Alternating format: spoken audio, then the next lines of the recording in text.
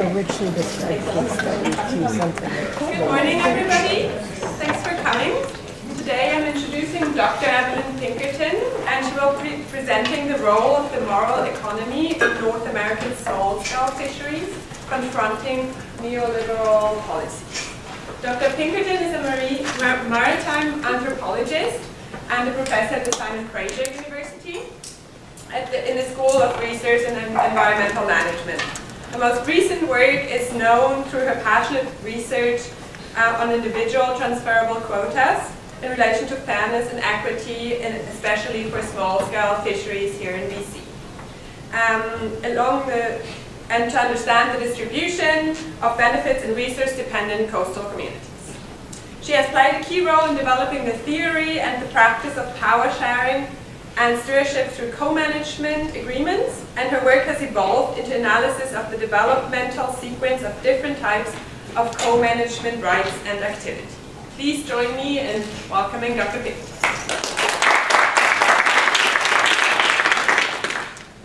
Well, thank you. I always love to come back to the Fisheries Center. There's such great colleagues here, and my students so much enjoy coming here. This is where they really find a lot to share in common. So these are the general research questions that I obviously won't have time to completely address, but this is just to give you a context or a way of thinking about the moral economy. Not only what moral economic practices are, but what's happened to them in North America, and how might they be expanded because they have been very marginalized and undervalued. So what is a moral economy? So it's the norms, practices, and I'm going to talk especially about those related to equitable economic opportunity. And they have much larger consequences for society in general. And so this is just a brief history of who's used the term. The Russian economist was really looking at Russian peasants and how they only produced enough for themselves. They really weren't interested in making profits. And social historian E.P. Thompson, whom you may know as the famous author of The Making of the English Working Class, wrote a wonderful piece on the moral economy of the English crowd, where he talked about the fact that the food riots in England in the 18th century were from peasants or small producers who couldn't get enough to eat because the landlords were selling the food at higher prices on the market. In other words, they were saying, we have a moral right to food at a just price. You can't do this to us. You can't speculate on a basic necessity like food. And anthropologist, political economist James Scott wrote about the moral economy of the Asian. So these were some of the really foundational writers about the moral economy. And all of them talked about also the right of small producers to a subsistence economy, that is just getting enough to eat, being able to produce enough to eat by what they did.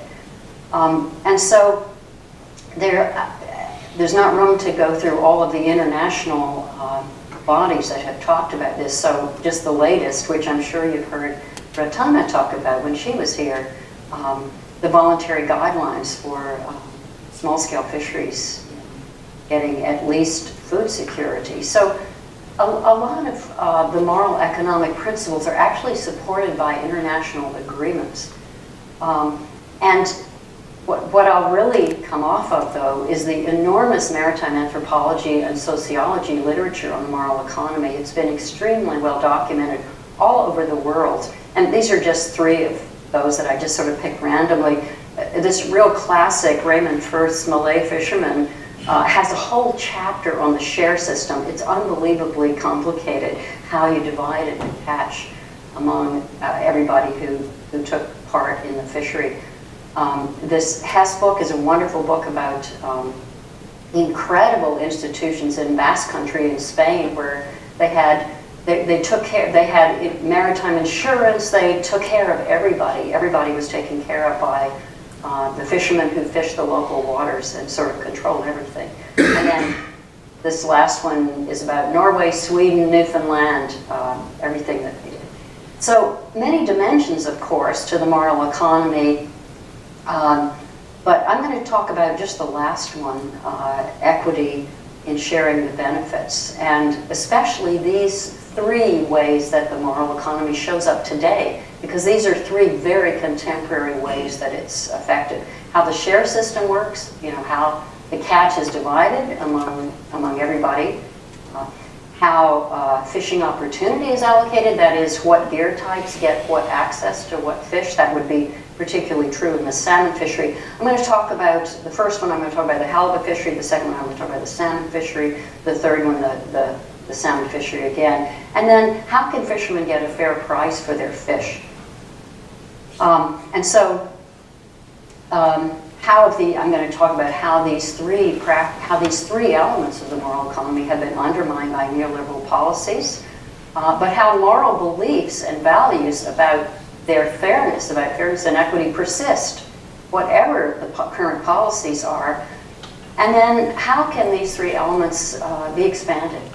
And just briefly, what am I talking about when I say neoliberalism? So it's just this emphasis on private property, economic efficiency, government cutbacks, devolution of responsibilities.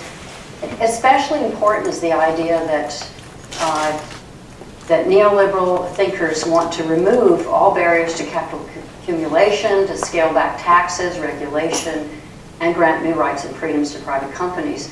And so this quote at the bottom is, this truly is a moral belief with neoliberal thinkers, so I don't want to give the impression that this is, there are people who truly believe that self-interested entrepreneurs, efficiently coordinated and self-regulating markets actually produce better welfare. I will argue, of course, that it doesn't produce better welfare, but that they sincerely believe you do. And the marketization is, of course, tongue-in-cheek, but marketization of just about everything that you can, and especially downloading risks and responsibilities onto individuals. So when you buy something and you go through 12 pages of small print and then you're supposed to check the I agree box, that's the neoliberal downloading of responsibilities. They don't have to reinforce any of these regulations because you've agreed that you're going to take responsibility for whatever got sold to you. So basically, neoliberal political philosophy is about the right not to be interfered with by the state and regulation, and moral economy is about the right to basic welfare and equal economic opportunity. So you could think of these as two different economic philosophies. So let's talk about, this is the first one, the share system. And so it's about, what percentage gets, like you wouldn't believe in the Firth Malay fishermen, there's a percentage to the guy who carries the fish to the market, and everybody stands around, the wives and the family stand around, and everybody watches like a hawk while everything is divided up. So the share system that was true on all fisheries in modern times, in the 20th and the 21st century, is just fundamental to fishing morality, because people risk their lives at sea together, and there's a pretty high fatality rate and accident rate. So this is not just casual labor. It's really, and so the point I want to emphasize here is that the share system has always been sufficient to allow a crew member to accumulate enough cash to buy a boat and to set himself or herself up as a skipper. So what's important about this is that it really is about a moral order. In other words, the share system is a way that people can progress by working hard and assume adult economic roles. In other words, if you're a crew member, you can expect to become a skipper. It's part of the deal. You are working your way up the ladder by hard work. So it's about a moral order about how people assume adult economic roles. It isn't just casual wage labor. And so the share system was abolished by ITQs in BC halibut fisheries. I just want to talk a little bit about that. So the majority of people who actually fish are renting quotas or leasing quotas. And so what a crew might be paid has gone from like 10 to 20% to 1 to 5%.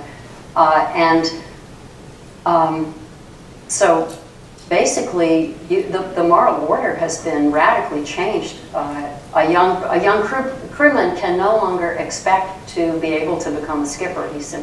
He or she simply can't accumulate enough to get there. And so I think what's interesting is that there's been a moral response to this that actually this just happened this year, which is that there's a board of halibut fishermen, which is mostly made up of quota holders. And so people who don't hold quota got on the board, and they're supposed to work with DFO to co-manage the halibut fishery. And so a bunch of fishermen who were really upset about the situation of the share system changing, and also basically the high cost of leasing quota, because the cost of leasing quota is so high now, it's become a speculative market, an ideal neoliberal situation according to neoliberal thinkers, that basically you can just barely scrape by if you're leasing a very high percentage of your quota. So these fishermen tried to get on the board and tried to raise this issue on the board, and they simply got nowhere. The majority of board members simply were not willing to talk about this issue. So they've joined the Canadian Independent Fish Harvesters Federation, which is linked to fishermen and fishing associations on the east coast of Canada, where there's a much stronger political movement to have owner-operator fleets, fleet separation, and a bunch of policies which are more geared toward equitable distribution of fishing benefits to people who actually fish as opposed to people who own quotas. And these folks actually have the ear of the minister, who said not to really like the T in ITQs. So just that there's a moral outrage that's having some impact, and that may have further impact. So this is number 2. So the share system was number 1. This is number 2 of moral economic principles that I'm going to talk about. So this is about who gets which gear types. This is in the salmon fishery. So which gear types, the small and the large, get what kind of opportunity to fish? And so I just want to start by making a comment that the Davis Plan in 1968, which was the first fleet rationalization plan, just started out by saying, okay, we're going to get rid of all the boats that caught less than $2,500 in a year. That was just a given of the plan. There wasn't even any choice about it. And so I think it's really important to, I'm going to come back to that, who are you kicking out of the fleet, just for starters, to be efficient? Are you really kicking out the people who are creating the biggest problems in efficiency, the guys who only catch this much fish? But anyway, so those folks were kicked out, and then the remaining gill net and troll boats, the smaller salmon boats, decreased by 25 and 14, and the larger seine boats increased by 30. And so that was sort of the first phase of what you might call neoliberal thinking affecting the fleet, in that that was geared toward too many boats chasing too few fish. But the goal was, of course, to create efficiency by putting the fishing effort into fewer larger boats. And the Mifflin Plan of '96 went further in this and allowed even further concentration of the remaining licenses. And so, of course, one of the impacts of this was that more and more of the boats came under processor control, because the larger boats, the majority of the seine fleet is controlled or owned by the seine fishery. And then this traditional formula of distribution among the fleet, 22% to troll, 38% to gill net, and 42%, used to be rigidly adhered to in the past for a very long time, and that gradually began to fall away after the Mifflin Plan. The formula just got too complicated, and it was more and more difficult for fishermen to keep track of who was getting what, and to do the catch-up makeup, which they traditionally did. If the catch wasn't exactly there, that sector got more the following year to make up for what they got. So there isn't a really clear response to this one, but just in general, there is a very strong opposition by the Fishermen's Union and the Native Brotherhood to the proposal to ITQ salmon, which seems to be pretty strong push from government. They've postponed it after very strong pushback. And so you can just say that there's a moral economy response, not necessarily in the salmon fishery, but to ITQs, that people are using feudal terms to describe what's happening in the fishery. This is actually all over the world where there are ITQs that people use these feudal terms, serfs and fish lords. And so the third element, I'm not going to talk very much about because you have a student here at the Fisheries Center who's doing work on this, and I think he's doing a great job. I've seen her present on it. So it's about the bargaining power of fishermen for a fair price. And originally, during the original Davis Plan limited entry program, there was a 12% cap on corporate ownership of fishing licenses. That's been completely abandoned under neoliberal thinking, and it's pretty clear that there's excessive corporate control that gives oligopsony to the fleet under ITQs and even non-ITQs. But I'm not going to talk about that because you have a student here who's doing such good work on it.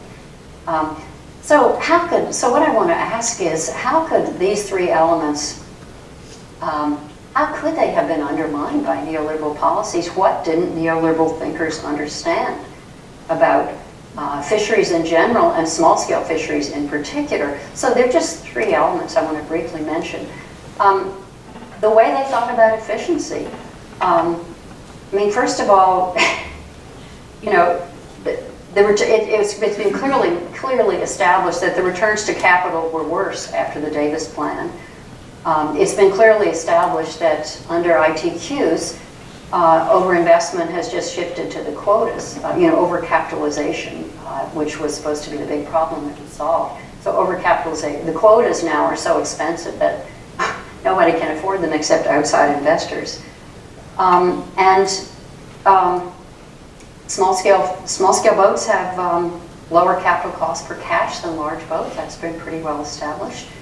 And it's not, if you look at efficiency as just, what kind of boat should you have catching what few fish, there are many dispersed and smaller and higher value stocks that just aren't most efficiently pursued by large boats. So that was the efficiency. If you look at conservation, do you really think that the boats earning $2,500 a year were the biggest threat to conservation? I don't think so. There's been lots of literature on this. Dan Pauly and Jacket have published a lot of stuff on this internationally. So this is just for Canada, for North America. But small-scale fisheries use less fuel per fish caught. They use less destructive gear. They can use less destructive gear. Not all of them always do, but I would say as a rule they do. And this third one is really important, but they're not, or the fourth one, they're not forced to fish for a processor if they're more independent to keep their markets supplied when the price is low. When the price is low, they can shift their effort and just let the fish rest, which is certainly good for conservation. And the higher financial stress from ITQs really increases the compliance risk, because if most of the people fishing don't own the quota, all the claims about quota increasing stewardship simply don't apply.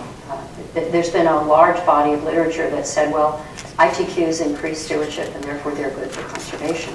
And this isn't true. It just can't be the case if you look at who actually owns them, who's actually fishing, and how much ownership of the quota they actually have. In other words, the economic principle that ownership creates stewardship can't be the case in this fishery. And then what about well-being, which is supposed to be the goal of any economy? It's supposed to create well-being for citizens. So the capacity of coastal communities to be self-supporting, which used to be the case before the neoliberal regime got going. is a huge asset when you have recession or tough economic times. It's really helpful to have people being able to take care of themselves and not be completely dependent on state support. Employment, you know, economists, a lot of economists think that it's bad to employ more people per fish sold, as is the case in small-scale fisheries. But you could certainly argue the opposite in terms of both welfare and in terms of economic stability. That you want more people employed. You get more people employed, you have more people consuming, you have an economic engine turning.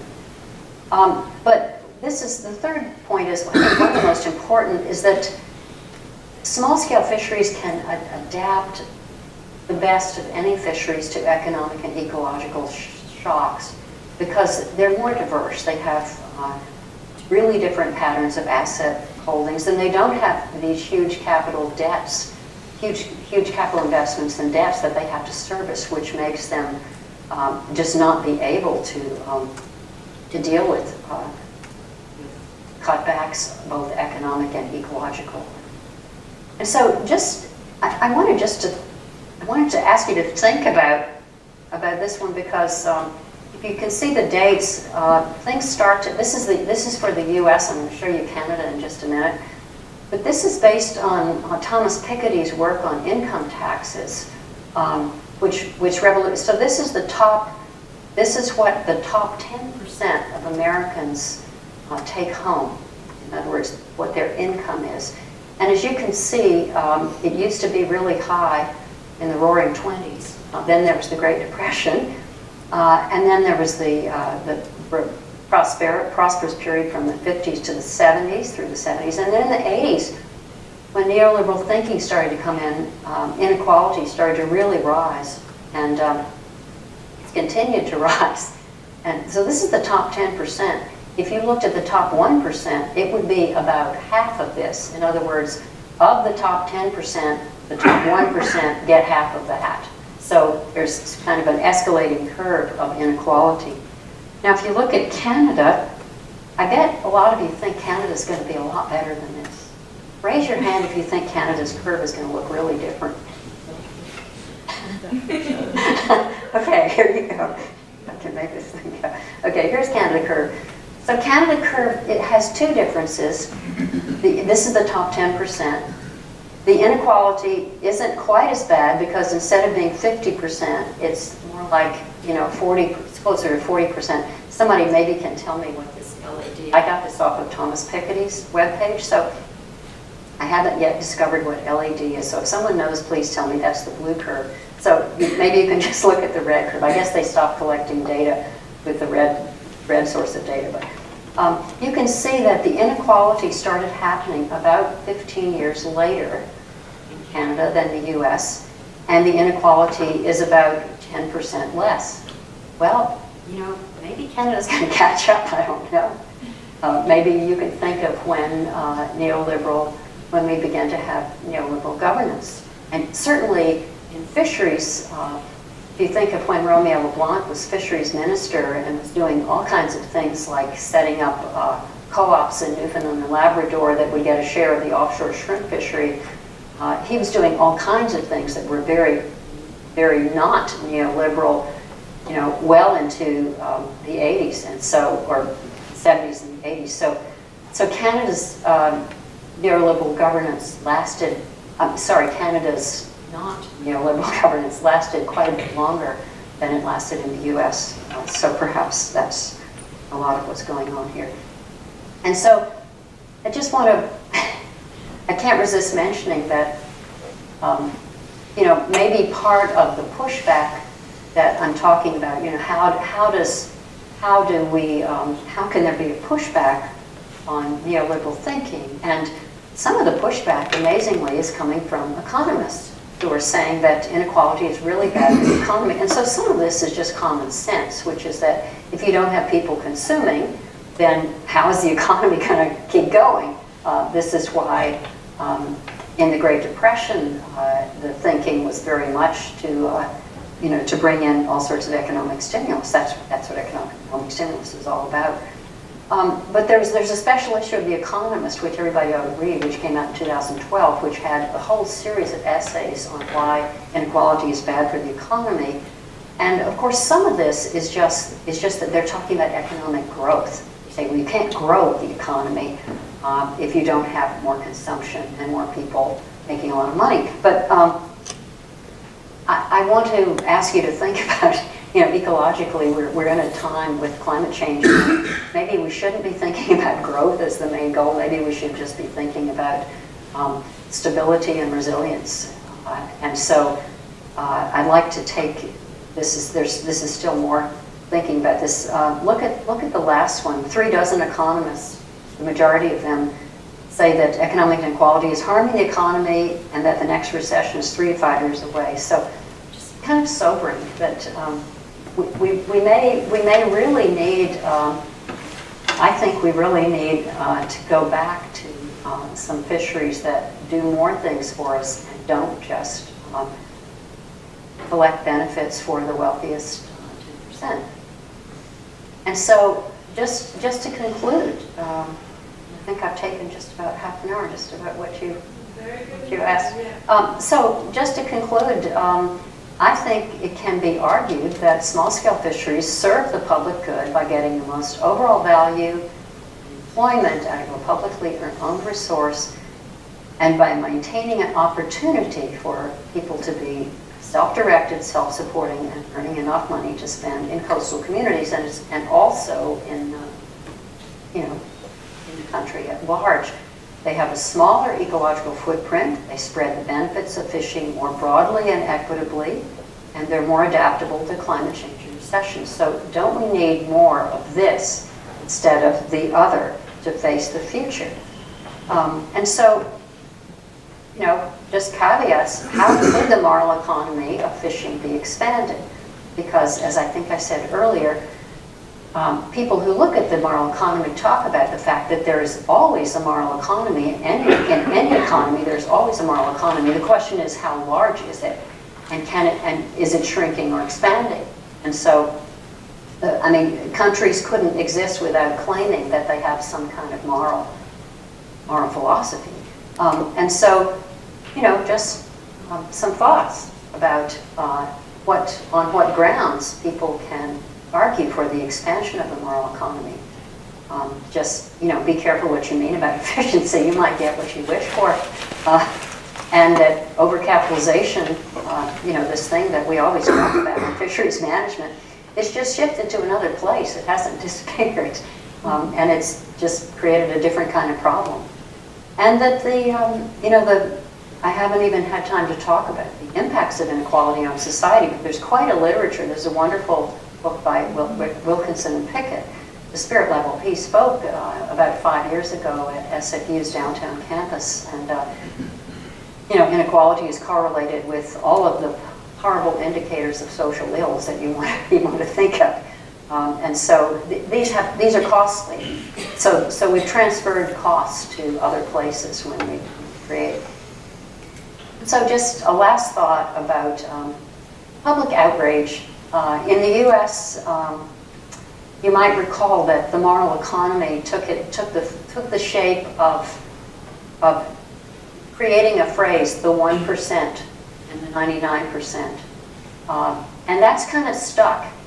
And I don't think anyone's figured out what to do about it yet, but it's there and it's in people's minds as an idea. And so when The Economist starts writing articles about fair treatment and about the fact that this is about Americans, and I'd like to hear more about what you think is happening in Canada. When The Economist writes articles about the fact that everyone has the right to fair treatment and equality of opportunity, and that this isn't happening, I think you've got something to build on. So I want to thank you for having me and for keeping alive the conversation at the Fisheries Center that my students just love to come to.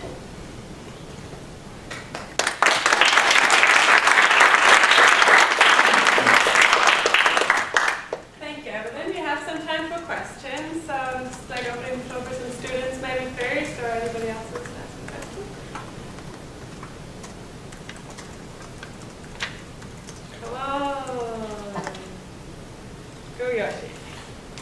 I'm Yoshioka. I'm at Fisheries Center. I'm also an anthropologist as well. Thank you very much for your talk.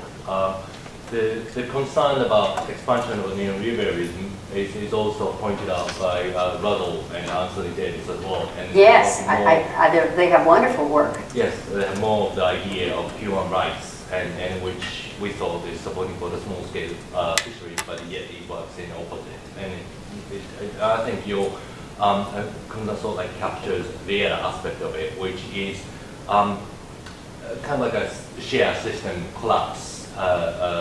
The people actually don't see much of the community value in fisheries, but just to see it's a system to produce or harvest the fisheries, which might not necessarily always true.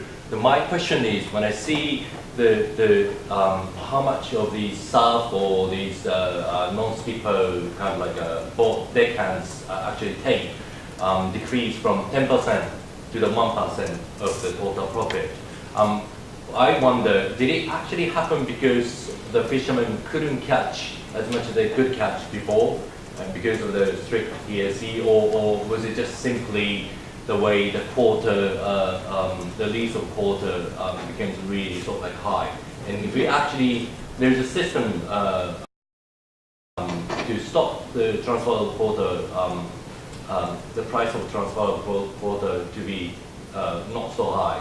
If we implement some sort of like a system to stop the transfer of quota to be enhanced, not for the market dealers, do you think that would actually change back to the more normal system? I agree it would. You've asked several questions. So the reason, Sorry. that's good. No, that's fine. No, that's efficient. So the reason that the deckhands' wages have gone down is not because the catch is lower or less valuable. The catch value has increased, and if you have an ITQ, you're getting a guaranteed share of the catch, or you have the right to get a guaranteed share of the catch. So that's certainly not the issue.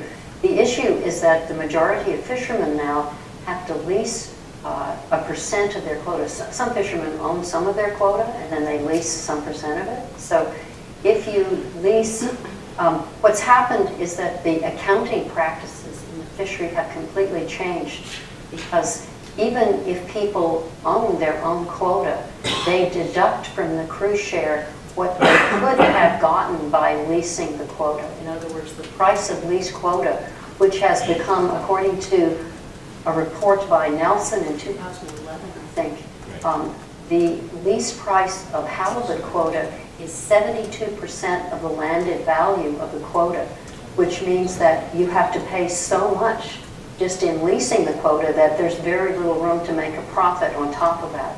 So if you own your quota, you're in good shape. You can do very well. But if you have to lease it, which the majority now do, you have to pay so much to lease it that there's not a whole lot left over to pay your crew. And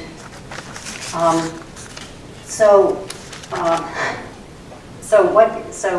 think that answers one of your questions. No, that's pretty much it. Yeah. So I think you were asking what can be done about that. So on the East Coast, they've tried very hard to prevent that by saying that there has to be an owner-operator. Now, I just mentioned that on the West Coast, even if you own your quota now, most fishermen are deducting what they could earn from leasing their quota out. They're deducting it from what they pay their crew. So even quota owners are doing it just because it's become standard industry practice. There are a few who don't. Just a minute, but so the owner-operator policy and the fleet separation policy on the East Coast, and in Alaska with the halibut fishery, they have an owner-on-board policy, which can be, sometimes the owners get on board and watch television, don't do any fishing, but anyway, it's an attempt to. So there are various attempts to prevent the leasing of quota, which is one of the major ways. I was Friday and Saturday in New York at a conference organized by a German foundation that is affiliated with the German far left party. And this is the Rosa Luxemburg Foundation. Tells you everything about their orientation. And one of the speakers was Seth Mashinko, yes. Who is a professor at Rhode Island and who argues very strongly that the privatization of a common is something that is to be bemoaned. And he, among other things, he listed big NGOs, environmental NGO like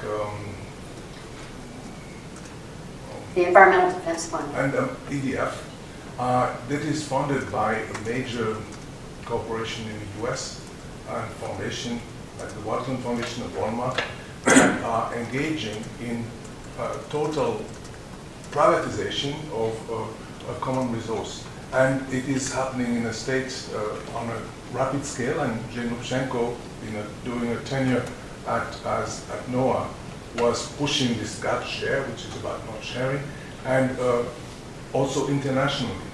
And it is rather, the BC example is just one. It is rather, one has the impression that it is a conspiracy, but it is quite open. And it is a practice on a giant scale. And it also has taken over all institutions like FAO, like obviously the European Union and so on. This is quite frightening, this privatization of a common.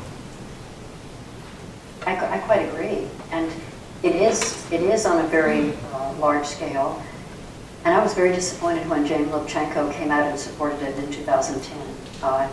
And there's still a lot of dispute in the U.S., which is very interesting. It's odd that the neoliberal agenda in fisheries started earlier in Canada than the U.S., and there's been more opposition to it in the U.S., even though I would say Canada, well, we just saw Canada is a more egalitarian country than the U.S. But maybe Canada's more vulnerable too. But you're quite right, Daniel, that it's a worldwide phenomenon. The EU has privatized has ITQ'd quite a few fisheries. It's interesting, though, that the Netherlands, which is one of the first countries to bring in ITQs, has backed way off it. They will not allow transferability except within a private group, a very small group. In other words, they don't just allow transferability anywhere. As you know, in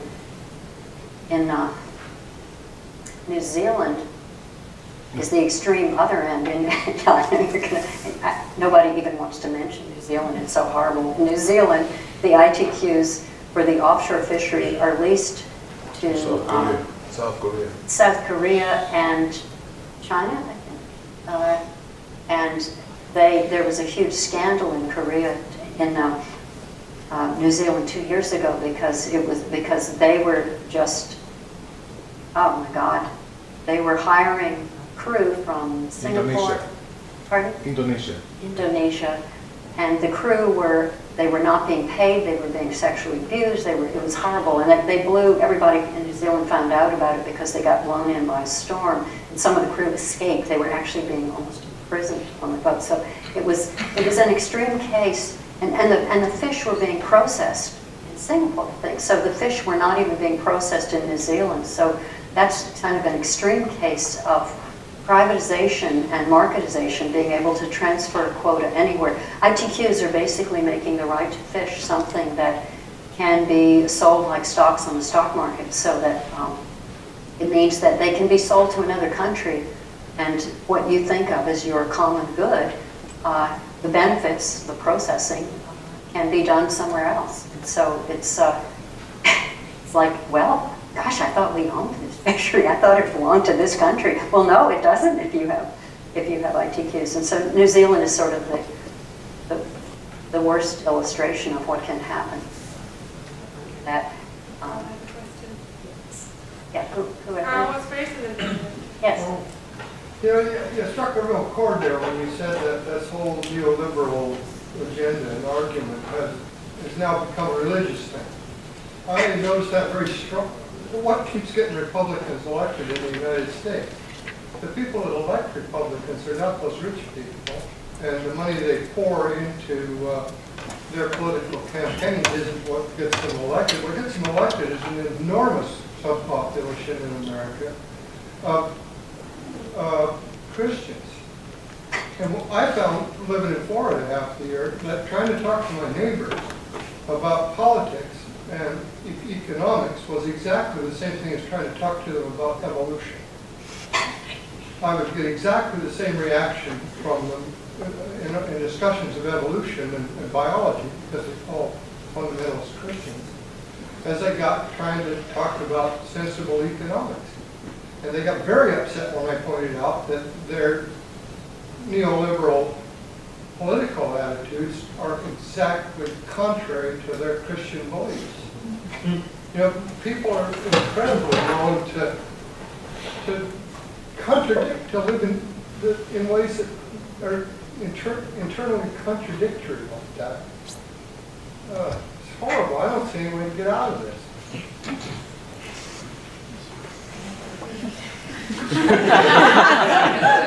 Let's keep getting, is that really? We'll get out. Yeah, let's keep talking about that. I mean, rather than me trying to provide an answer, let's get lots of questions. So this is somewhat changed the international mood for this, especially Iceland is clawing back this ice cube. Why does DFO still promote ice cubes? Okay, I've got an elaborate explanation for that in a 2013 paper on the layup system. I think that they're very good explanations. I mean, you can say on the one hand that DFO, might have some ideology that way, because they did hire your peers to do their 1982 Royal Commission, West Coast, for example. But that's certainly not the only thing pushing DFO. One thing pushing DFO is that they've had their budget cut way back, year after year after year. And what's the easiest way to deal with budget cuts? It's to download costs onto fishermen. So Tom Tietenberg, an economist, has said that usually ITQs are made acceptable to the first generation of fishermen by allowing them to capture the major benefits.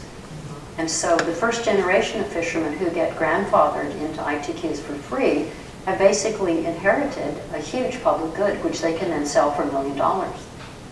So basically, who wouldn't take this deal? So I actually think it's amazing that so many fishermen oppose ITQs when they could get a windfall profit from getting them. So the first generation of fishermen, gets them and then passes on the cost to all future generations, making it very difficult for young people to get into the fishery, because then they have to pay all these costs. So because the first generation has gotten a windfall, they become willing to accept the cost of monitoring and enforcement. So they take all these expensive monitoring equipment on their boats.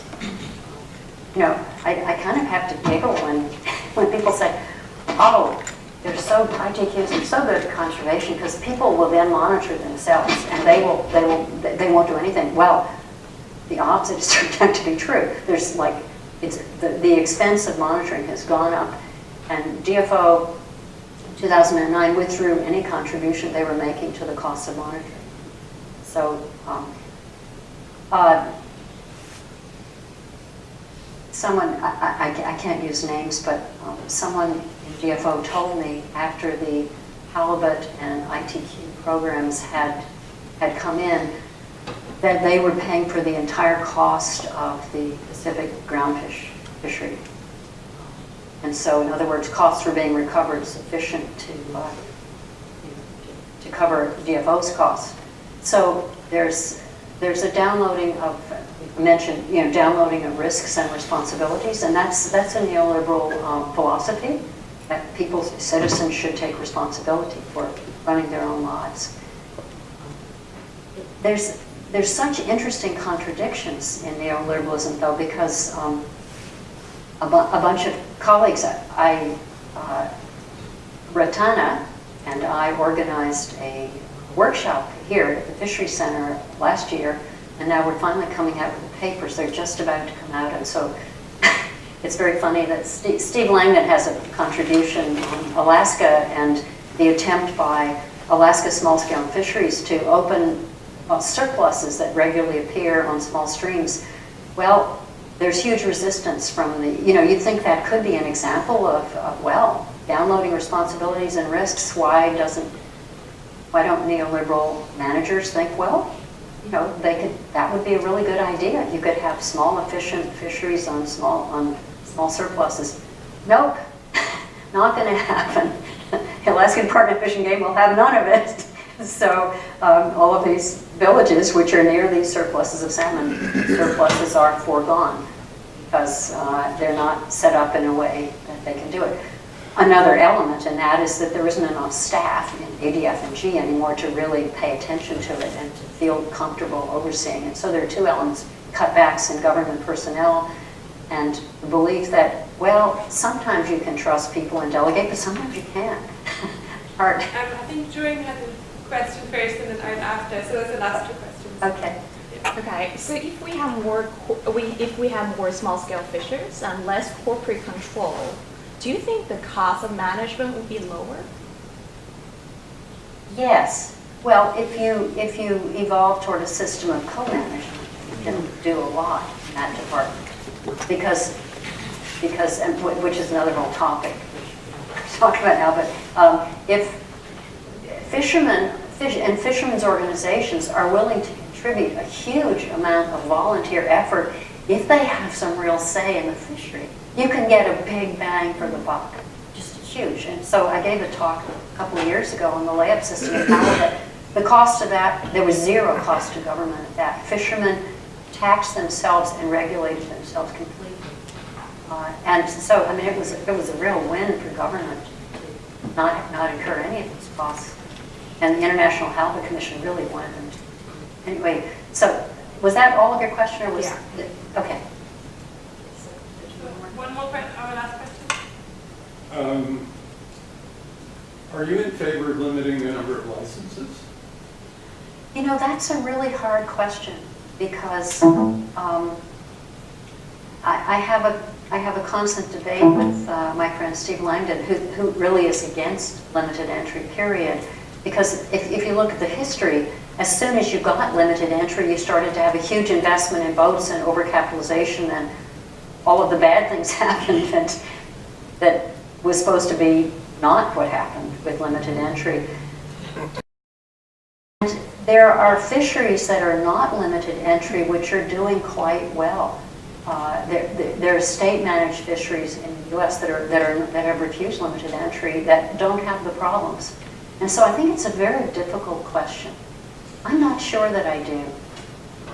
And so obviously when, the halibut fishery is the hard case, isn't it? Because there was this huge buildup of the halibut fleet, but partly that was because people at that time could have a halibut and a salmon license, so it went with the buildup of the salmon fleet. And so there'd be a huge buildup in the salmon fleet as well. There was. In the 1800s, there were 1,300 filmmakers fishing the skeena. Yeah. And that was just silly. Or that the dividing up the benefits would be equally disastrous in terms of the amount of money that an individual fisherman would. But if there's no profits, then the fisherman will seek a different economic opportunity, right? Like, if you're going to go fishing, you have to think about your opportunity cost as well as your profits. Well, You gave the right answer, Evelyn. I think we're out of time now, unfortunately.